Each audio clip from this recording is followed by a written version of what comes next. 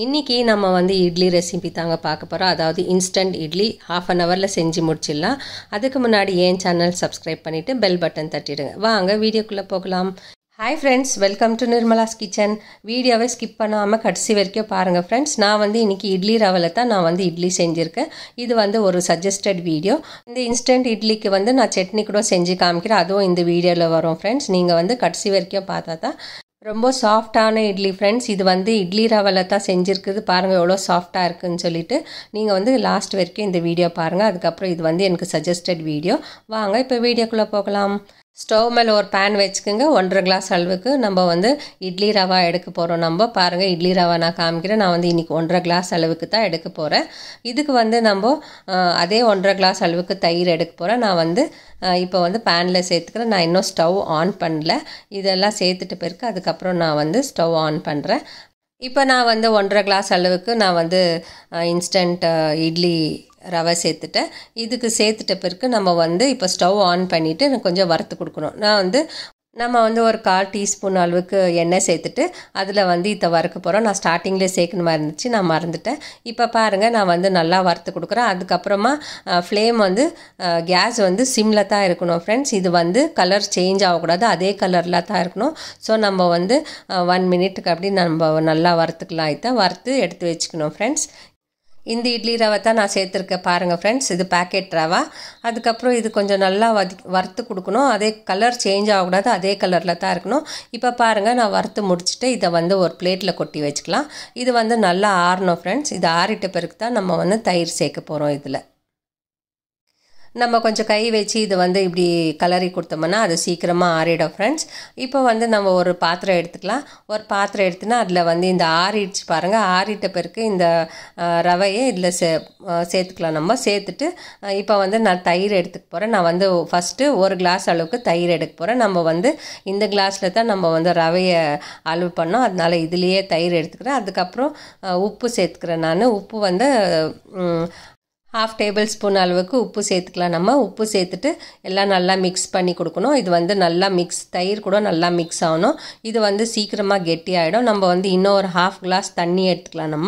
நம்ம வந்து திக்கு தயிர் தான் சேர்த்துருக்கோம். ஸோ நம்ம வந்து இப்போ தண்ணி கூட சேர்க்க போகிறோம். இதில் 1/2 கிளாஸ் அளவுக்கு தண்ணி எடுத்துக்க போகிறோம். ஸோ டோட்டலாக 1.5 கிளாஸ் அளவு ஆச்சு நம்மளுக்கு. பாருங்கள் அதே கிளாஸில் தயிர் எடுத்த கிளாஸ்லேயே நான் தண்ணி கூட எடுத்திருக்கேன். இப்போ வந்து ஃபுல்லாக ஒரே டைமில் ஊற்றிடக்கூடாது, கொஞ்சம் கொஞ்சமாக ஊற்றி மிக்ஸ் பண்ணணும். ஏன்னா ரொம்ப தண்ணி ஆயிடுச்சுனாக்கா இட்லி வந்து சரியாக வராது ஃப்ரெண்ட்ஸ். பாருங்கள் இப்போ வந்து நான் நல்லா மிக்ஸ் பண்ணி கொடுத்துருக்கேன். இப்போ வந்து இன்னும் கொஞ்சம் தண்ணி சேர்த்துக்கிறேன். நான் தண்ணி சேர்த்துட்டு இன்னும் கொஞ்சம் நேரம் மிக்ஸ் பண்ணுறேன். இது வந்து தண்ணி சேர்த்து மிக்ஸ் பண்ணோம் ஃப்ரெண்ட்ஸ். இது வந்து நம்ம இட்லி கன்சிஸ்டன்சிக்கு கொண்டு வரணும். இதை நம்ம வந்து நல்லா மிக்ஸ் பண்ணிடலாம். இதை நான் எடுத்த 1/2 கிளாஸ் தண்ணியில் கொஞ்சம் தான் மிச்சம் இருக்குது ஃப்ரெண்ட்ஸ். நான் வந்து எல்லாம் ஊற்றி கலந்துட்டேன். இப்போ வந்து 1/2 ஹவர் மூடி போட்டு வச்சிடலாம். அதுக்கப்புறமா இன்னொரு பக்கம் வந்து நம்ம சட்னிக்கு ரெடி பண்ணிக்கலாம். இப்போ வந்து நான் ஒரு பேன் வச்சுட்டேன். அதில் வந்து நான் வந்து வேர்க்கடலை சேர்த்துறேன். நான் வந்து ஒரு சின்ன கப் அளவுக்கு தான் வேர்க்கடலை சேர்த்துருக்கேன். அதை வந்து நல்லா ட்ரை ரோஸ்ட் பண்ணிக்கலாம். பாருங்கள் தோல் உறிஞ்சி வருது. இப்போ வந்து இது வந்து ரோஸ்ட் பண்ணியாச்சு. இப்போ அதே பேனில் வந்து நம்ம வந்து ஒரு 1/4 டீஸ்பூன் அளவுக்கு எண்ணெய் சேர்த்துட்டு ஒரு 1/4 டீஸ்பூன் அளவுக்கு சீரகம் சேர்த்துலாம். சீரகம் சேர்த்துட்டு நான் வந்து ஒரு வெங்காயம் எடுத்துருக்கேன். ஒரு வெங்காயம் கட் பண்ணி வச்சு எடுத்து சேர்த்துக்கலாம். அதுக்கப்புறம் ஒரே ஒரு பூண்டு சேர்த்துக்கலாம். அப்புறம் 1/2 துண்டு இஞ்சி சேர்த்துக்கலாம். அதுக்கப்புறம் 4-5 பச்சை மிளகாவும் சேர்த்துக்கலாம். காரம் வந்து உங்களுக்கு எவ்வளோ வேணுமோ அவ்வளோ நீங்கள் சேர்த்துக்கலாம். அதுக்கப்புறம் ஒரு துண்டு புளியை சேர்த்துட்டு இதெல்லாம் நல்லா வறுத்து கொடுக்கணும் ஃப்ரெண்ட்ஸ். இதெல்லாம் நல்லா வதக்கி கொடுத்துட்டு கொஞ்சம் கருவேப்பிலை சேர்த்துக்கலாம். இதுலேயே ஸ்டவ் வந்து மீடியம் ஃப்ளேமில் வச்சுக்கோங்க. இது நல்லா வதக்கி கொடுத்துட்ட பிறகு நம்ம வேர்க்கடலையை கூட இதில் சேர்த்துடலாம். சேர்த்துட்டு அதுவும் ஒரு வதக்கி கொடுத்துடலாம். வதக்கி கொடுத்துட்ட பிறகு நம்ம உப்பு கொஞ்சம் சேர்த்துடலாம். இப்போ வந்து இது ஆறட்டும். நல்லா ஆறிட்ட பிறகு ஒரு மிக்ஸி ஜார் எடுத்துக்கலாம். நம்ம வந்து எல்லாத்தையும் இந்த மிக்ஸி ஜாரில் சேர்த்துட்டு நம்ம வந்து அரைச்சி எடுத்துன்னு வந்துடலாம். இப்போ பாருங்கள் நான் வந்து 1/4 மூடி தேங்காய் எடுத்துருக்கேன். பீசஸ் கட் பண்ணி வச்சுருக்கேன், அதுவும் சேர்த்துக்கலாம். அதுக்கப்புறம் கொஞ்சோண்டு கொத்தமல்லி கூட சேர்த்துக்கலாம் ஃப்ரெண்ட்ஸ். இதில் இப்போ பாருங்கள் கொத்தமல்லி சேர்த்துட்டு கொஞ்சமாக தண்ணி சேர்த்துட்டு இதை வந்து நம்ம அரைச்சி எடுத்துன்னு வந்துடலாம். இப்போ வந்து மூடி போட்டு அரைச்சி எடுத்துன்னு வந்துடலாம். இப்போ பாருங்கள், நான் அரைச்சி முடிச்சுட்டு நான் வந்து ஒரு பாத்திரத்தில் சேர்த்துக்கிறேன். நான் சேர்த்துட்டு இதுக்கு வந்து நம்ம ஒரு தாளிச்சிடலாம். நம்ம இந்த சட்னி வந்து தாளிச்சிடலாம். நம்ம கொஞ்சம் எண்ணெய் சேர்த்துட்டு கடுகு, கருவேப்பிலை, உளுத்தப்பருப்பு, அதுக்கப்புறம் காஞ்ச மிளகாய் சேர்த்து இந்த சட்னியை வந்து தாளித்து இது வந்து ஒரு ஓரமாக வச்சிடலாம். இப்போ வந்து நம்ம வந்து மாவு மிக்ஸ் பண்ணி வச்சேன் இல்லைங்களா, அதை வந்து பார்க்கலாம். நம்ம இப்போ பாருங்கள், நான் வந்து 1/2 அன் ஹவர் ஆயிடுச்சு. எடுத்துகிட்டு பார்த்தீங்களா எவ்வளோ கெட்டியாக இருக்குது மாவுன்னு. இப்போ நம்ம இன்னும் கொஞ்சம் தண்ணி சேர்த்து நம்ம மிக்ஸ் பண்ணிக்க போகிறோம்.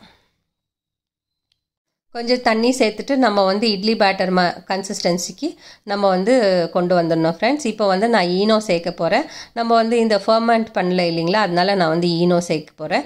ஈனோ வந்து ஒரு 1/2 டேபிள் ஸ்பூன் அளவுக்கு ஈனோ சேர்த்துட்டு இதை வந்து நல்லா மிக்ஸ் பண்ணி கொடுக்கலாம். இன்னும் கூட கொஞ்சம் தண்ணி சேர்த்துக்கோங்க. சேர்த்துட்டு நம்ம வந்து இட்லி பேட்டர் மாதிரி நம்ம செஞ்சுக்கலாம். நான் வந்து எல்லா பக்கமும் நல்லா மிக்ஸ் பண்ணி கொடுத்துட்டேன். அந்த ஈனோ கூட நல்லா மிக்ஸ் ஆகிடுச்சு எல்லா பக்கமும். இப்போ வந்து இட்லி ஊற்றுறதுக்கு பேட்டர் வந்து ரெடி ஆகிடுச்சு. இன்ஸ்டன்ட் இட்லி பேட்டர் வந்து ரெடி ஆகிடுச்சு. இப்போ வந்து நம்ம இட்லி பிளேட்ஸ் எடுத்துக்க போகிறோம். எடுத்துகிட்டு அதில் வந்து ஆயிலில் வந்து க்ரீஸ் பண்ணி வச்சுக்கிறோம். நம்ம இப்போ நான் வந்து இந்த 2 பிளேட்டில் தான் இன்றைக்கி ஊற்ற போகிறேன் இட்லி. இப்போ பாருங்கள், நான் வந்து ஆயில் க்ரீஸ் பண்ணுறேன். நான் இப்போ வந்து நான் எல்லா பிளேட்டுக்கும் ஆயில் க்ரீஸ் பண்ணி முடிச்சிட்டேன். நான் இப்போ வந்து ஒரு கரண்டி எடுத்துகிட்டு அதில் வந்து 3/4 பாக அளவுக்கு நம்ம வந்து மாவு சேர்க்க போகிறோம். மாவு 3/4 பாக அளவுக்கு சேர்த்தாக்கா இது வந்து கொஞ்சம் உப்பி வரும் மேலே. அதனால நம்ம 3/4 பாக அளவுக்கு நம்ம வந்து மாவு சேர்க்க போகிறோம். இப்போ பாருங்கள், நான் வந்து கீழே இருக்கிற பிளேட்டில் ஊற்றல, ஏன்னா அதில் வந்து தண்ணி இறங்கிடும். ஸோ அதனால் கீழே இருக்கிற பிளேட் விட்டுட்டு மீதி 2 பிளேட்டில் நான் வந்து இட்லி ஊற்றுறேன். ஏன்னா கீழே இருக்கிற பிளேட்டில் தண்ணி இறங்கிடும். அதனால் நான் வந்து இந்த 2 பிளேட்டில் மட்டும் நான் வந்து 8 இட்லி ஆகிற மாதிரி நான் ஊற்றி வச்சுருக்கேன் மாவு. இப்போ வந்து இன்னொரு ஸ்டவ்வில் வந்து நான் வந்து தண்ணி வச்சுருக்கேன். குக்கரில் தண்ணி கொதிக்குது பாருங்கள். தண்ணி கொச்சிடுச்சு. நம்ம வந்து இட்லி பாத்திரத்தை குக்கரில் வச்சு மூடி போட்டுடலாம். மூடி போட்டுட்டு ஒரு 10 நிமிஷம் நல்லா ஸ்டீம் ஆகட்டும். பாருங்கள், இப்போ 10 நிமிஷம் ஆயிடுச்சு. பார்த்திங்களா எவ்வளோ நல்லா வந்திருக்கு இட்லி, ஒயிட்டாக வந்திருக்கு இட்லி வந்து. இப்போ கொஞ்சம் ஆறட்டும். ஆறின பிறகு நான் வந்து ஒரு பிளேட்டில் ட்ரான்ஸ்ஃபர் பண்ணிக்கிறேன். இப்போ வந்து இட்லி ஆறிடுச்சு. இப்போ வந்து நம்ம வேறு தட்டில் ட்ரான்ஸ்ஃபர் பண்ணி எடுத்து வச்சுக்கலாம். இப்போ பாருங்கள், நான் வந்து ஒரு கரண்டி வச்சு எல்லா இட்லியும் எடுத்து ஒரு பிளேட்டில் சேர்த்துக்கிறேன். சேர்த்துட்டு இதுக்கு வந்து சைட் டிஷ்ஷாக வந்து நான் சட்னி ஆட்டினேன் இல்லைங்களா, அந்த சட்னியும் அதுக்கப்புறம் சாம்பார் வச்சு தான் நம்ம சாப்பிட்டோம் ஃப்ரெண்ட்ஸ். இப்போ பாருங்கள் எவ்வளோ நல்லா ஒயிட்டாக வந்திருக்கு இட்லி. இது வந்து 1/2 அன் ஹவர் போதும் டைமு நம்மளுக்கு இட்லி செய்கிறதுக்கு. இதுக்கு சைட் டிஷ்ஷாக வந்து நான் சட்னியும் அதுக்கப்புறம் சாம்பாரும் வச்சுருக்கேன் ஃப்ரெண்ட்ஸ். நீங்களும் இது மாதிரி ஒரு முறை ட்ரை பண்ணி பாருங்கள். ட்ரை பண்ணி பார்த்துட்டு எனக்கு கமெண்ட் பண்ணுங்கள். இது ரொம்ப ஈஸியாக செஞ்சிடலாம் நம்ம. இப்போ வந்து நான் ஒரு இட்லி கட் பண்ணி காமிக்கிறேன். பார்த்தீங்களா எவ்வளோ சாஃப்டாக இருக்குது இட்லின்னு சொல்லிட்டு. இது வந்து நான் வந்து ப்ரெஸ் பண்ணும் போதே கையிலேருந்து கட் ஆகிடுச்சு பாருங்கள் ஃப்ரெண்ட்ஸ். இட்லி அவ்வளோ நல்லா சாஃப்டாக வந்திருக்கு. ஸோ நீங்களும் இந்த மாதிரி ஒரு ட்ரை பண்ணி பாருங்கள். இது வந்து இட்லி ரவை தான், ரொம்ப ஈஸியாக செஞ்சிடலாம். நம்ம காலையில் பிரேக்ஃபாஸ்ட்டுக்கு ஈஸியாக செஞ்சு பசங்களுக்கு டிஃபன் கூட கொடுத்து அனுப்பலாம். நம்ம நைட்டு டின்னர் கூட வச்சுக்கலாம் ஃப்ரெண்ட்ஸ். பார்த்தீங்களா, பிடிச்சிருந்தா லைக் பண்ணுங்கள், ஷேர் பண்ணுங்கள், சப்ஸ்கிரைப் பண்ணுங்கள். தேங்க்யூ, பாய்.